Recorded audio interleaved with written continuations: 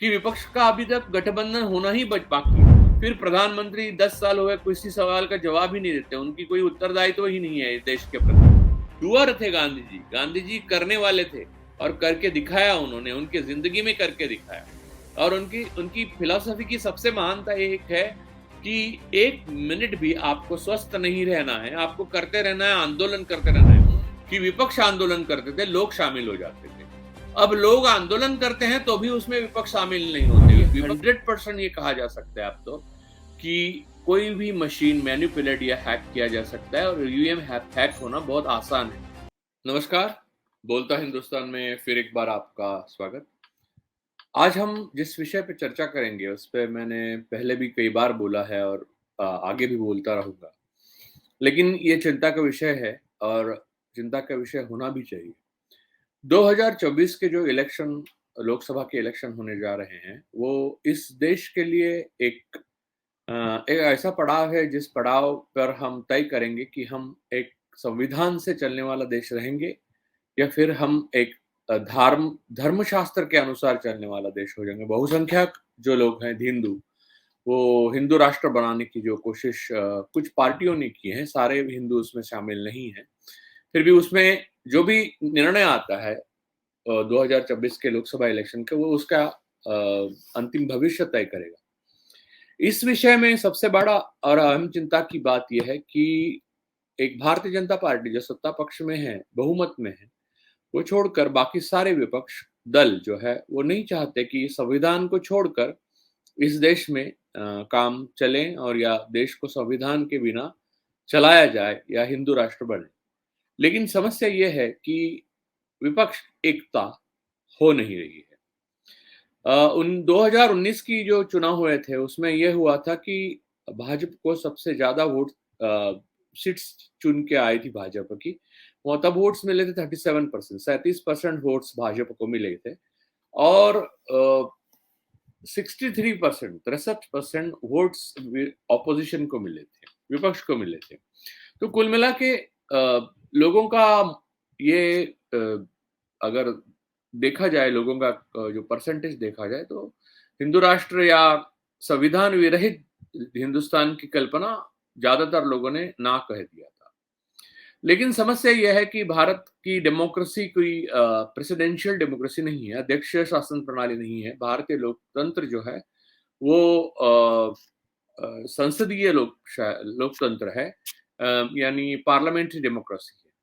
तो वोट का सीधा असर सीट पे नहीं होता, यानी वोट के परसेंटेज जितने आपको मिलते हैं उससे आपकी उतनी सीट आएगी ये आप नहीं कह सकते। वो थोड़ा पेचीदा गणित है।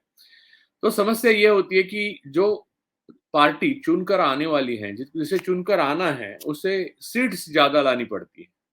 तो ये समस्या का हल अगर ढूंढना है आपको, यानी 63% यानी 63% लोग जो है, जो नहीं चाहते भाजपा को सत्ता पर लाना, या वह हिंदू राष्ट्र नहीं चाहते, या ना थियोक्रेसी चाहते हैं, संविधान को चाहते हैं, शांति चाहते हैं, अमन चाहते हैं, वो लोग अगर हम लोग उन लोगों के हिसाब से अगर सरकार हमें चाहिए तो ये 63% को रिप्रेजेंट करने वाली है, यानी इनके जो प्रतिनिधित्व करते हैं वो लोग जो हैं वो इकट्ठा आना बहुत जरूरी है। और 2024 के चुनाव से पहले कुछ महीने पहले यह आगाज भी हुआ कि सारी विरोधी पक्ष दल जो हैं, ज्यादातर एक दो छोड़ के, इक्का दुक्का छोड़कर ज्यादातर विपक्षी दल एक साथ आ रहे हैं और एक साथ मिलकर लड़ रहे हैं और उस गठबंधन का नाम भी दिया गया इंडिया गठबंधन। तो अब इंडिया गठबंधन का नाम देने के बाद 5 राज्यों के चुनाव आए और उसके बाद सारी गतिविधियां रुक गई। इंडिया गठबंधन यानी विपक्ष एकता की जो भी कुछ गतिविधियां थी या जो भी चर्चा थी, वो सारी रुक गई और सारी मीटिंग्स वगैरह होना बंद हो गया। करीब करीब 1-2 मीटिंग्स और हुई, लेकिन उसमें कोई जान नहीं थी। और सबसे बड़ी बात हमेशा ये रहती है और मैं हमेशा ये मानता हूं और मैं हमेशा ये कहता भी हूं कि लोगों में अगर जुनून ना हो तो आपका जितना सीट्स जीतना असंभव हो जाता है। तो आपके पास 63% वोट्स पिछली बार थी, इसलिए आप इस बार इकट्ठा आ जाएंगे तो जीत जाएंगे, ऐसा तो वो गणित नहीं है। वो कोई प्योर साइंस नहीं है, एम्पिरिकल साइंस। तो प्योर साइंस के माध्यम से हम नहीं देखते इसको। तो बात यह है कि लोगों में अगर जुनून पैदा कर सकते हैं आप कि संविधान भारत में सर्वोपरि है, लोक सर्वोपरि है, सरकार सर्वोपरि नहीं है, लोगों का शासन होना चाहिए, तो हम ये जुनून को वोट में बदल सकते हैं और फिर वोट्स को हम सीट्स में बदल सकते हैं और ये विपक्ष को करना है। तो विपक्ष के लिए ये मुद्दा इतना आसान नहीं है। इसकी 2 वजह है, एक तो ईवीएम का मुद्दा है। विपक्ष को पहले ये करना चाहिए कि पहली बात सबसे आज भी एक नई इज़राइल से एक वीडियो आया है और उससे क्लियर कट दिखाया गया है कि कई देशों में उन्होंने इलेक्शन मशीन के द्वारा रिग कर दिया। तो ये बहुत खतरनाक है और वो ट्विटर पे यानी एक्स जो पहले ट्विटर कहते थे हम एक्स कहते हैं, तो एक्स सोशल मीडिया पे ये वायरल हो रही है वो वीडियो। मैंने अपने ट्विटर अकाउंट पे भी वो वीडियो को शेयर किया है, आप वो देख सकते हैं। तो ऐसी स्थिति में आप हारने के बाद अगर ईवीएम के बारे में चर्चा करेंगे तो गलत होगा, क्योंकि आप एक बार जब जिस खेल में आप उतरते हो, आप खेलना शुरू करते हो तो इसकी नींव जो है वो ये होती है कि आपने खेल के सारे नियम मान्य कर लिए, एक्सेप्ट कर लिए, सारे नियम आपको एक्सेप्टेबल है और बाद में आप उस पे कुछ नहीं बोलेंगे। तो हारने के बाद आप कहेंगे कि नहीं भाई वो डीएम साहब ने वो ईवीएम वहां पर मशीन नहीं थी, या पिछली चुनाव में 2019 के चुनाव में 19 lakh EVM voting machine EVM यानी ईवी मशीन की जो गायब होने की चीज है उस पे सुप्रीम कोर्ट का कोई वो बड़ा फैसला आया ही नहीं है और वो कहाँ गई पता नहीं। और 19 लाख वोटिंग मशीन का गायब होना कोई ऐसी आसान चीज तो है नहीं, उससे पूरा देश का तख्ता पलट सकता है। तो ये सारी चीजें तब होती है जब ईवीएम के बारे में हम बाद में बात करते हैं, लेकिन क्योंकि वो 19 के चुनाव हो गए थे और उससे पहले विपक्ष ने कोई आक्षेप नहीं जताया था, तो इसलिए वो लेजिटिमेट हो गया। क्योंकि फिर असंवैधानिक हो, इलिजिटिमेट हो, वो सरकार को आपको माननी पड़ेगी और वो सरकार लेजिटिमेट हो जाती है। ये सबसे बड़ी समस्या है। तो इंडिया गठबंधन बना, यानी सो कॉल्ड इंडिया गठबंधन जो बनना था, उनको बनाना था, वो बना। उसने कोई ईवीएम का आज तक मुद्दा उठाया ही नहीं। पहली बात तो कांग्रेस सबसे बड़ा दल है, कांग्रेस की तरफ से भी कोई बड़ा मुद्दा बड़े पैमाने पर यानी बड़े नेता ने ईवीएम के मुद्दे पर कोई सवाल खड़ा नहीं किया है। ये एक बहुत बड़ा चिंता का विषय है, क्योंकि 100% ये कहा जा सकता है अब तो कि कोई भी मशीन मैनिपुलेट या हैक किया जा सकता है और ईवीएम हैक होना बहुत आसान है। इसमें पेंच ये है कि इलेक्शन कमीशन निष्पक्ष होना जरूरी है। अगर इलेक्शन कमीशन निष्पक्ष होता है तो आपके पास एक विकल्प होता है कि हो सकता है कि इलेक्शन कमीशन आपका अगर निष्पक्ष है तो आपके इलेक्शन भी निष्पक्ष हो जाए। लेकिन यहाँ पर 6-6 महीने इलेक्शन कमीशन विपक्ष को टाइम मांगने के बाद, अपॉइंटमेंट के लिए वक्त मांगने के बाद वक्त नहीं देता, तो आप ये पूरी तरह से यानी 100% इसका आधार पे कह सकते हैं कि इलेक्शन कमीशन निष्पक्ष काम नहीं कर रहा है, वो सत्ता पक्ष का एक दल बन के काम कर रहा है। और ऐसी स्थिति में ईवीएम से चुनाव लड़ना यानी बहुत खतरनाक है, क्योंकि प्रॉब्लम ये है, मैं बताता हूँ कि मैं आप मेरे सुनने वाले जो श्रोतागण है, दर्शक है मेरे, सब लोग आप समझिए कि विपक्ष लड़ेगा, वो विपक्ष की एक जगह है, यानी टीएमसी की बंगाल में है, महाराष्ट्र में उद्धव ठाकरे की पार्टी की है, फिर पवार साहब की पार्टी की है, फिर राष्ट्रीय जनता दल की बिहार में है, कांग्रेस की कई जगह है भारत में, कई जगह है, डीएमके की स्टालिन एमके स्टालिन साहब की तमिलनाडु में है।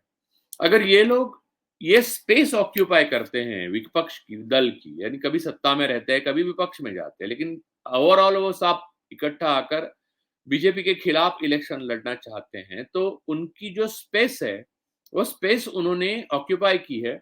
और वो स्पेस, जिस स्पेस से वो लड़ेंगे, जो जगह है वो उस पे लड़ेंगे, उनके वोट होंगे, उनकी जीत होगी, उनकी हार होगी, उससे हमारा सीधा संबंध आ जाता है। हमारा संबंध क्या है?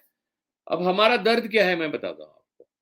हमें नहीं गुलाम बनना है हिंदू राष्ट्र में, हमें नहीं बनना है सेकंड सिटीजन हिंदू राष्ट्र में, हमें नहीं बन हमें चाहिए हमें अच्छा पानी चाहिए, जल जंगल जमीन हमारी अनुमति के बिना किसी बड़े उद्योगपति को तोड़ने नहीं देना चाहिए या बहाल नहीं करनी चाहिए।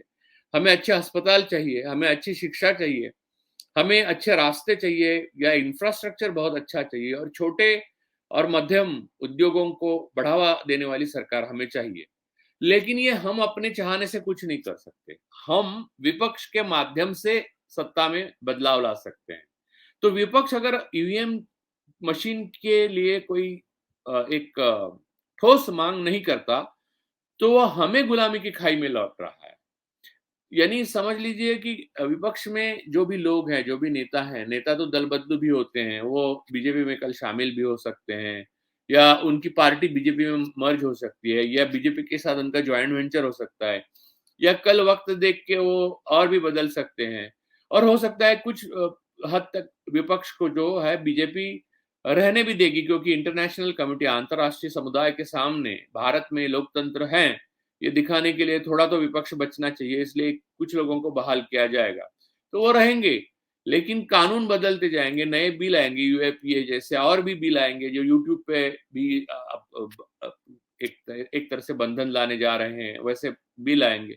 ये सारी बातें एक-एक होते अडानी को जंगल दिए जाएँगे और भी इंडस्ट्रीज़ पीएसयूज़ दी जाएगी। हम चाहेंगे नहीं, 63% लोग चाहेंगे नहीं, उससे भी ज़्यादा अब हो सकता है चाहेंगे नहीं। लेकिन विपक्ष ने जो ऑक्यूपाई करके रखी है स्पेस, उसने ईवीएम के बारे में कोई मांग ही नहीं की और ईवीएम द्वारा अगर चुनाव लड़ा गया और ये एक बात ये है कि ईवीएम की एक और समस्या है। आप ईवीएम हैक कर सकते हैं, ये चुनाव आयोग को आपको बुलाकर आपको निमंत्रित करना चाहिए और फिर आप उनके सामने दिखा सकते हैं। अगर आपने अब आपने आपने खुद ही ऐसे प्रयोग करके दिखाएँ तो वो उस पे एफआईआर दायर हो जाती है। फिर वो एक कानूनी एक आपको सज़ा हो सकती है, कानून में आपको सज़ा हो सकती है। तो आप इंडिपेंडेंटली वो दिखा नहीं सकते। तो आप जानते होंगे इस देश में और देश के बाहर भी कई लोग ये आसानी से दिखा सकते हैं। लेकिन चुनाव आयोग उसको मोहलत ही नहीं देगा तो फिर वो दिखा ही नहीं सकेंगे। यानी चुनाव आयोग खुद ही कह रहा है कि अब और हाँ, और एक बात है उसमें चुनाव ईवीएम में कि वीवीपैट का भी कोई भरोसा नहीं है। आप जिसको वोट दे रहे हैं, प्रिंट वैसे आ रहा है, प्रिंट कुछ सेकंड बाद अंदर से चेंज हो रहा है, वो बॉक्से में जाने के बाद क्या हो रहा है, ये सारी चीज़ें जो है उसमें बहुत सारा मशीन का रोल है और मशीन का जहाँ रोल है, मशीन कैन बी मैनिपुलेटेड। तो इस पर विपक्ष का कोई कोई भूमिका नहीं है। विपक्ष की भूमिका इस पर इसलिए नहीं है कई लोगों ने दिल्ली से मुझे कल कहा कि भाई साहब आपको लगता नहीं है लेकिन 22 जनवरी को राम मंदिर के उद्घाटन के बाद हम राम मंदिर पे भी बात करेंगे एक एपिसोड में आने वाले। लेकिन 22 जनवरी को राम मंदिर के उद्घाटन के बाद फरवरी में फरवरी एंड या मार्च में ही चुनाव होने की बड़ी संभावना है। तो मुझे लगता है कि अगर ऐसा होता है, तो क्योंकि वो राम मंदिर और उसका वातावरण, उसका धार्मिकता से राजनैतिक वातावरण ज़्यादा तैयार किया जा रहा है, उसका फ़ायदा उठाने की ये सरकार कोशिश करेगी। किसी भी हालत में सरकार को सत्ता से नहीं जाना है। अब राम मंदिर पे हम लोग जब बात करेंगे तो वो ये बात करेंगे असल में अप्रैल के करीब 17 तारीख को मेरे ख्याल से रामनवमी का दिन आता है, जिस दिन भगवान राम का जन्म हुआ था, यानी तिथि के अनुसार। तो असल में वो अप्रैल 17 को राम मंदिर का वो मूर्ति की स्थापना करना सही हो सकता था। लेकिन ये स्पष्ट है कि चुनाव के लिए किया जा रहा है, तो 22 जनवरी को किया जा रहा है। खैर उस पे अलग सा एपिसोड करेंगे, लेकिन यहाँ पर विपक्ष पूरी तरह से अ सोया हुआ है। विपक्ष में कोई ये बातचीत नहीं हो रही है कि हम ईवीएम पे क्या स्टैंड लेंगे। ईवीएम के बाद अगर ईवीएम बदलने को बैलेट बॉक्स लाने के लिए इसने चुनाव आयोग ने ना कर दी, तो हम क्या करेंगे? हम कैसा आंदोलन करेंगे? क्या हम बहिष्कार करेंगे या नहीं करेंगे? या असल में मेरा तो ये ख़्याल है कि बहिष्कार करना चाहिए विपक्ष को, क्योंकि अगर विपक्ष बहिष्कार करता है इलेक्शन का, तो ये जो नेपथ्य है ईवीएम द्वारा इलेक्शन का, वो टूट जाएगा और फिर आप अगर इतने पॉपुलर हो, आप हमारे जो प्रधानमंत्री जी हैं वो पॉपुलर है, जब सत्ता पक्ष इतना पॉपुलर है, सारी दुनिया उनको सबसे दुनिया की बड़ी पार्टी मानी जाती है, तो बैलेट बॉक्स क्या, ईवीएम क्या, वो जीत के तो आएंगे, वो तो पूरी पूरी तरह से 2/3 बहुमत भी उनको मिलेगा, ऐसा उनका मानना है। और वो सच भी है जब तक ईवीएम है और बैलेट बॉक्स भी होगा तो भी वो चुन के आएंगे, अगर उनका आत्मविश्वास सच्चा हो तो बैलेट बॉक्स से उनको फर्क नहीं पड़ना चाहिए। असल में हम ये देखते हैं कि जब भी हम इलेक्शन कमीशन को लिखते हैं या इलेक्शन कमीशन को टैग करते हैं या ईवीएम के खिलाफ कुछ बोलते हैं, ईवीएम या अडानी के खिलाफ हम कुछ बोलते हैं, तो बीजेपी आईटी सेल के लोग ही लिखना शुरू करते हैं खिलाफ। मुझे नहीं पता कि अडानी से क्या बीजेपी को तकलीफ है, बीजेपी अडानी की आलोचना करने से बीजेपी के आईटी सेल को क्या तकलीफ है, वैसे ईवीएम पे चर्चा करने से बीजेपी के आईटी सेल को क्या तकलीफ है? क्यों नहीं होनी चाहिए तकलीफ, क्योंकि जिस वक्त ईवीएम शुरू हुआ था तब बहुत ही इन्फेंट लेवल पे टेक्नोलॉजी थी, बाकी अन्य टेक्नोलॉजीज भी, हमारे कंप्यूटर भी घंटे लगते थे चालू होने में, और बहुत हेवी फाइल्स होती थी, बहुत हेवी फाइल्स हुआ करती थी। अब एआई तक आ गया है, यानी हम इतना आसानी से डीप फेक कर सकते हैं, हम आसानी से आर्टिफिशियल इंटेलिजेंस को यूज कर सकते हैं, म्यूजिक बना सकते हैं, स्टोरीज बना सकते हैं। तो इलेक्शन हैक करना तो बहुत ही छोटा, यानी एक आईटी में, आईटी प्रोफेशनल्स में भी छोटे से छोटा आदमी वो कर सकता है। तो ये बात जो है, ये सारे विपक्ष के दिमाग में अभी तक गई नहीं मुझे लगता है, या फिर ये सारे षड्यंत्र का विपक्ष भी हिस्सा बन चुका है, दोनों में से एक मानना पड़ेगा। लेकिन प्रॉब्लम यहाँ आती है कि गुलाम तो हम बनेंगे, भाई गुलाम विपक्ष नहीं बनेगा, क्योंकि विपक्ष सत्ता में जो रहते हैं, यानी विपक्ष या सत्ता पक्ष में, उनका एक घटक है। यानी जितने जो नेता हैं, बाबू है, ये लोग अपना दल बदल सकते हैं, वो आपस में कोई कुछ भी हाथ मिला सकते हैं। अभी हमने महाराष्ट्र में ही देखा कि शिवसेना के जो बड़े बड़े नेता थे, या राष्ट्रवादी कांग्रेस के बड़े बड़े नेता थे, जो आलोचना करते थे, और उनकी आलोचना असल में सत्ता पक्ष इतनी तीखी आलोचना करता था, खुद प्रधानमंत्री कहते थे कि इतने भ्रष्टाचारी है कि इनको कठोर सजा मिलेगी, और प्रधानमंत्री ने यह भी कहा कि मेरा ताप ये सह नहीं सकेंगे, और वो दूसरे दिन बीजेपी में चले गए और मुख्यमंत्री उप मुख्यमंत्री बन गए, और हमने देखा अपनी आंखों से। तो उनके लिए, विपक्ष के लिए ये सब आसान है, लेकिन जो जनता है उसके लिए गुलामी बहुत मुश्किल है।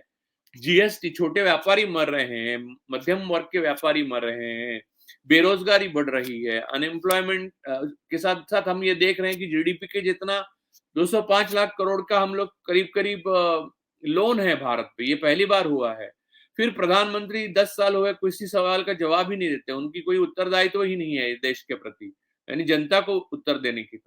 तो ये सारी बातें देखी जाए तो जनता मरेगी, लेकिन विपक्ष को इसका ख्याल नहीं है। या तो स्पेस आप ऑक्यूपाई मत करो, आप स्पेस छोड़ दो जनता के लिए, जिसमें मैंने देखा कि आंदोलन हुए, जैसे कि सीए एनआरसी का आंदोलन हुआ, फिर किसानों का आंदोलन हुआ, फिर जेएनयू का आंदोलन हुआ, फिर अभी ड्राइवर्स का आंदोलन हुआ। उसमें किसान का आंदोलन जो था और ड्राइवर्स का आंदोलन था, वो कामयाब रहा। उन्होंने जो लड़ाई लड़ी, यानी 700 किसानों की शहादत हुई, उन्होंने जो लड़ाई लड़ी अपने दम पे लड़ी, अपने दम पे जीती। यानी मैं मानता हूं कि भारत की आजादी के बाद अपने दम पर इतने ब्रुटल और इतने तानाशाह शासन के सामने खड़े रहकर लड़ी गई एक महान लड़ाई है। इस पूरे शताब्दी में, इस शतक में बहुत बड़ी लड़ाई मानी जाएगी। इस पे कई किताबें आएगी बाद में, इसका इतिहास बनेगा।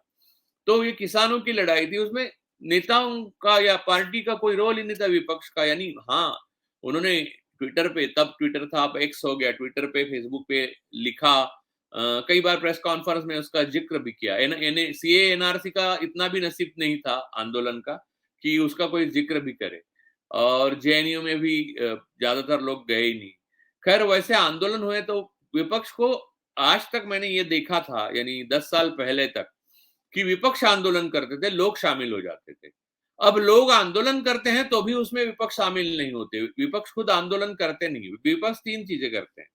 मुझे मुझे कई बार सवाल मन में यह आता है कि गांधी जी अगर भारत में वापस आए साउथ अफ्रीका से, उसके बाद कोई भी समस्या है, जैसे कि चंपारण में जो का उन्होंने बहुत बड़ा संघर्ष किया, वो संघर्ष किया, फिर साबरमती में किया, फिर नमक का सत्याग्रह है, 42 का चले जाओ है, ये सारे करने के बजाय वो काली फीत बांधकर अपने गुरु गोपाल कृष्ण गोखले की जो स्मृति स्थल है वहां जाके खड़े रहते, तो इस देश को आजादी कैसे मिलती?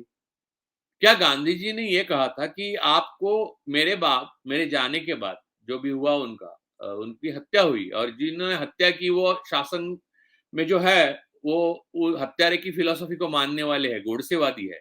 तो जिन्होंने उनकी हत्या की, तो वो हत्या के बाद गांधी जी नहीं रहे, लेकिन गांधी जी ने ये सीख तो नहीं दी हमें कि जब भी कोई समस्या आए, बहुत बड़ा तानाशाह या बहुत आपको गुलाम बनाने वाली शक्ति, जैसे ईस्ट इंडिया कंपनी आई है, जैसे अभी अडानी की वेस्ट इंडिया कंपनी, समझ लीजिए, तो वो आपको गुलाम बनाने की कोशिश करें, तो विपक्ष को ये नहीं कहा था कि आप काली फीत बांधकर राजघाट आकर खड़े रहो। तो अगर ऐसा होता तो गांधी जी खुद गोपाल कृष्ण गोखले की स्मृति स्थल पर जाकर काली फीत बांध के हर बार खड़े होते और उसी को आंदोलन कहते। गांधी जी चंपारण खुद गए, गांधी जी साबरमती खुद गए, चले जाओ में उन्होंने गवालिया टैंक से खुद लोगों को कहा कि करो या मरो।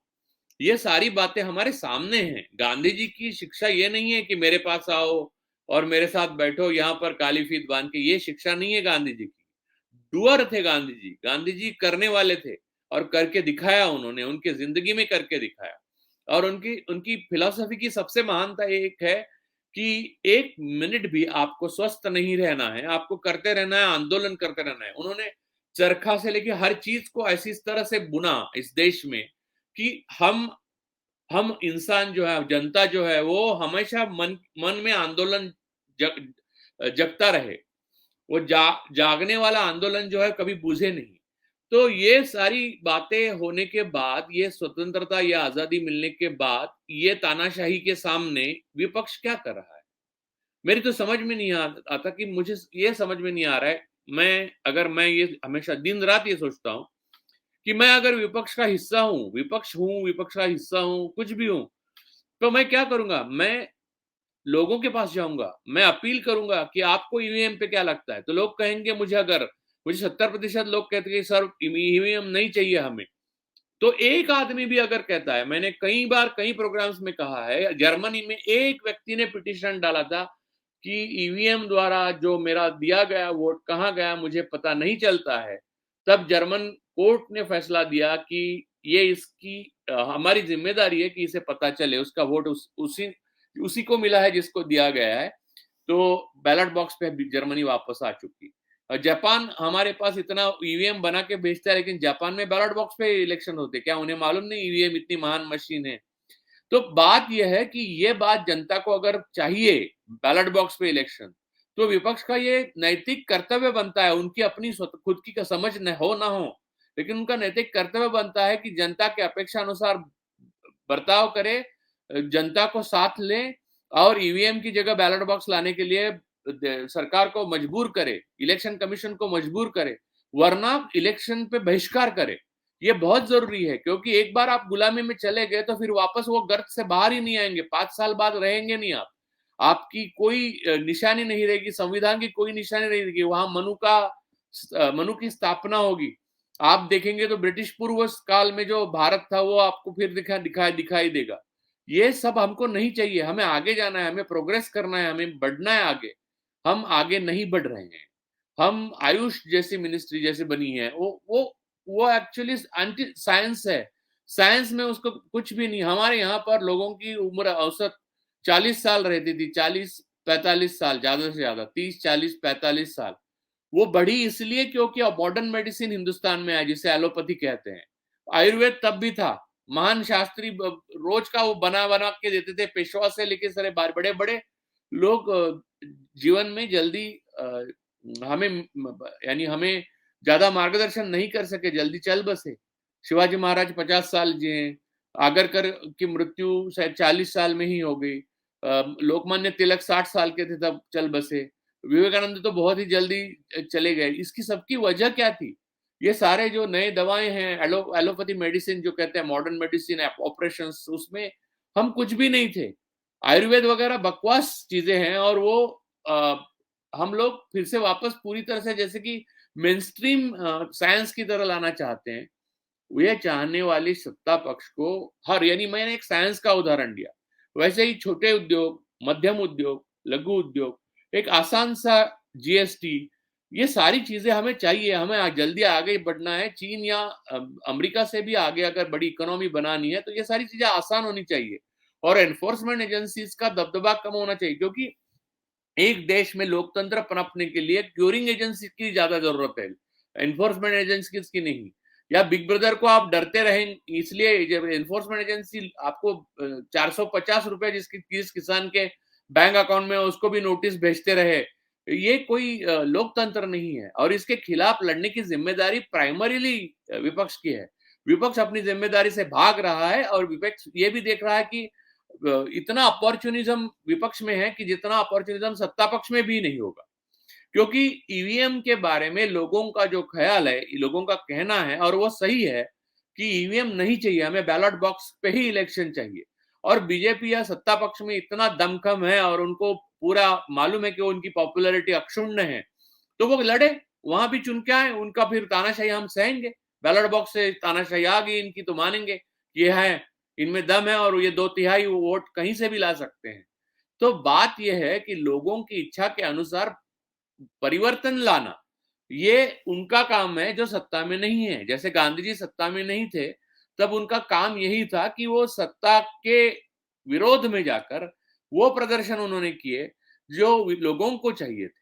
तो गांधी जी और गांधी जी के जो साथी थे, जो नेता बने, बाद में बड़े देश के नेता बने और देश की रचना में उनका बड़ा हाथ रहा, वो सारे लोगों को ये मालूम था कि लोगों को क्या चाहिए, तो लोगों को जो चाहिए उसके अनुसार आंदोलन बनाते थे और वो आंदोलन खड़ा कर देते। आज का विपक्ष क्या कर रहा है, वो आपस में बातचीत कर रहे हैं, आपस में जो डील कर रहे हैं उसे उसे विपक्ष नहीं कहा जा सकता। आप स्पेस ऑक्यूपाई कर चुके हो और वो स्पेस लोगों को मिल भी नहीं रही है। लोग सफोकेट हो रहे हैं। मुझे रोज के कम से कम 1000 खत आते हैं, मेल आते हैं कि भैया इस पे उपाय क्या है, भैया विपक्ष को आप समझाओ। जैसे कि रोज मैं विपक्ष के उठता बैठता हूँ साथ में, मैंने कोई विपक्ष से मुझे कोई उठने बैठने नहीं देता, कोई बुलावा नहीं आया, मुझे किसी ने पूछा तक नहीं है कि क्या करना है, ना सत्ता पक्ष से, ना कांग्रेस से, ना विपक्ष से, समझे। तो बात यह है कि मुझे आप जो सवाल भेजते हो वही सवाल मैं लोगों के सामने फिर से रखता हूं, इसलिए क्योंकि आप दबाव बढ़ाते रहिए, क्योंकि आपके सामने कोई विकल्प नहीं है। विपक्ष के सामने बीजेपी में जाने का विकल्प है, क्योंकि वो बीजेपी एक वॉशिंग मशीन है, उसमें वो जा सकते हैं। आप सामान्य जनता जो है, वो अगर पूरा देश दिवालिया हो गया कल, बेरोजगारी चरम पे गई, क्योंकि सबसे यंग देश है हम लोग, और सारे युवक रास्ते पे हथियार लेके जय श्री राम घोषणा करते हुए घूमने लगे, ना कि पीएचडी होने, पहले जैसे जेएनयू फिर नेहरू फेलोशिप लेकर विदेश जाकर बसे, ऐसा कुछ हुआ नहीं, और आगे जाकर ऐसे गुंडे बनने लगे, तो फिर इस देश का कोई भविष्य नहीं है। ये अंधा युग है। और मुसलमान हो, ईसाई हो, दलित हो, पुरुष हो, स्त्री हो, ये सारे जो वर्ग है उनको बराबरी में न्याय मिलना चाहिए। स्त्रियों का जिस तरह से दमन हो रहा है, जिस तरह से बलात्कारी घूम रहे हैं आज देश में, उसके खिलाफ इतना बड़ा आंदोलन हो सकता था। ब्रिजभूषण सिंह, वो पहलवानों का आंदोलन मैंने देखा, एक इशू, वो एक इशू लेकर किसी भी देश में मैंने देखा, नोटबंदी एक इशू लेकर, या पहलवानों पर, महिला पहलवानों का शोषण लेकर, या इसमें से किसी भी एक विषय को लेकर पूरी सरकार को गिराया जा सकता था। विपक्ष ने उफ तक नहीं किया, काली फीत बांधकर राजघाट जाकर खड़े रहे। अगर गांधी जी बोल सकते थे तो ये बोलते कि भाई काली फीत बांधकर मेरे स्मृति स्थल पे आके खड़े रहने की कला आप अगर मैं अगर आपसे सीखता, तो मेरी जिंदगी में मैं काली फीत बांधकर गोपाल कृष्ण गोखले जी के स्मृति स्थल पे जाके खड़ा रहता। ऐसा नहीं होता है। गांधी जी ने कुछ अलग सिखाया है और कर कुछ अलग रहे। मुझे आज अगर भय लग रहा है तो सत्ता पक्ष से ज्यादा विपक्ष से भय लग रहा है, क्योंकि विपक्ष है जो हमारी जगह, हमारी आवाज, हमारी रिप्रेजेंटेशन नहीं कर रहा है, हमारे इच्छा के अनुसार इकट्ठा आके नहीं लड़ रहा है, हमारे इच्छा के अनुसार ईवीएम पे बहिष्कार नहीं कर रहा है। विपक्ष अपने आप में खोया हुआ है। ममता दीदी चाहती है कुछ और, चाहती है वो कि कम्युनिस्ट हमारे साथ ना आए। कम्युनिस्टों की और भी कोई समस्या है। कांग्रेस एक अलग ही मोर्चे पे निकली हुई है, उनका अपना लॉन्ग मार्च चल रहा है। फिर और अन्य पार्टियां, यहाँ पर राष्ट्रवादी कांग्रेस की जो इंडिया गठबंधन में है वो अडानी के साथ में है। तो हम देखें तो किसके मुंह पे देखें, किसके पास देखें? या फिर ऐसा हो कि ये पूरा पतन पूरा हो जाएगा और फिर उससे नए नेता उभरेंगे, नई आंदोलन उभरेंगे, नए पार्टीज उभरेंगे और नया भारत होगा। जैसे मैंने ये एपिसोड खत्म करने से पहले वो याद आता है मुझे, कृष्ण जब भगवान कृष्ण जब हस्तिनापुर आखिरी बातचीत करने के लिए यानी मनमुटाव को खत्म करने के लिए आते हैं तो विदुर के घर जाते हैं। तो पॉलिटिकली इनकरेक्ट है ये विदुर के घर जाना, क्योंकि दुर्योधन को ये अच्छा नहीं लगेगा। ये विदुर उनको कहते भी हैं कि महात्मा विदुर कहते हैं कि आप भगवान जी आप यहाँ आकर गलत कर रहे हैं, क्योंकि पॉलिटिकली दुर्योधन नाराज हो जाएगा तो बातचीत पूरी बिगड़ जाएगी, डील नहीं हो पाएगी। तो अ, अ, तो इस पर भगवान कृष्ण कहते हैं मैंने ये सही किया है, मैं सिर्फ बातचीत करने आया हूँ ताकि संहार ना हो, इसका पूरा हस्तिनापुर नष्ट ना हो और लोग ना मरे और यहाँ पर शांति बरकरार रहे। अगर वो चाहते हैं नहीं होना, ऐसा नहीं होना चाहिए तो ना हो। तो अचानक विदुर बोलते हैं, महात्मा विदुर, तो होने दो युद्ध, तो होने दो युद्ध को और पूरी तरह से बर्बाद होने दो इस सब को, और पूरी तरह से बर्बाद होने के बाद एक सुंदर, अच्छा और नया हस्तिनापुर खड़ा रहेगा। तो कुछ ख़्याल मेरे दिल में ऐसा आता है कि क्या विपक्ष ये चाहता है कि ये पूरा मामला पूरा फिसल जाए? ये पूरा जो बना-बनाया 70 साल का एक अच्छा सुनहरा देश है, अहिंसा के मार्ग पर चलने वाले हम गांधी जी की रास्ते पे चलने वाले लोग हैं। इन सबको न्याय नहीं मिले, उनका उनका दमन हो, उनको सफोकेट किया जाए और विपक्ष आपस में बैठ के एयर कंडीशन केबिन्स में बातचीत के नाटक करते रहे और इलेक्शन के दिन वो हारने के बाद ईवीएम में ये हुआ, फला उम्मीदवार ने अपने को ही वोट दिया, उसको मिला नहीं, ये सिर्फ चर्चाएं पड़े और आने वाले 5 साल में हम हमारा काम पूरी तरह से तमाम हो जाए, एक हिंदू राष्ट्र यानी एक थियोक्रेसी हमारे ऊपर थोपी जाए और हम आजाद देश के आजाद नागरिक होने का जो एक अनुभव कर रहे थे, जो एक आनंद ले रहे थे 10 साल पहले तक, वो खत्म हो जाए कुछ लोगों के लिए। या ये ये विपक्ष का सपना है? अगर मुझे लगता है ये विपक्ष का सपना है तो विपक्ष को बोल देना चाहिए खुलेआम। अगर प्रधानमंत्री प्रेस कॉन्फ्रेंस नहीं लेते तो विपक्ष एक जॉइंट प्रेस कॉन्फ्रेंस आखिरी ले ले और बोले जनता अपने लिए खुद अपना काम देखे, हम उनके लिए उत्तरदायी नहीं है, हम उनकी ईवीएम की मांग भी नहीं रखेंगे या अन्य कोई मांग रखने के लिए हम सक्षम नहीं है। हम आपस की लड़ाई या आपस के समस्या, आपस के प्रॉब्लम और हमारी अपनी अपनी ईगो, इसके ऊपर हम खेल रहे हैं। उसका जो होगा वो हम नतीजा भुगतेंगे या हम अपनी अपनी रास्ते चुनेंगे। आप अपने अपने नेता ढूंढिए, अपनी अपनी लड़ाई खुद लड़िए, अपना जीवन खुद लड़िए, एक गुलाम का जीवन जो होता है वो जीना शुरू करिए। ये विपक्ष क्लियर कट कहें, इतना तो धैर्य दिखाइए विपक्ष। इंडिया गठबंधन कम से कम लोगों के सामने आकर इतना बताने का धैर्य तो रखें, ईवीएम पे अपनी भूमिका क्या है और क्यों है ये भी तो बताएं। ये भी बताने का साहस नहीं है तो किस मुंह से आप प्रधानमंत्री जी को कह रहे हैं कि 10 साल में आपने प्रेस कॉन्फ्रेंस नहीं की? आज इतना ही। धन्यवाद।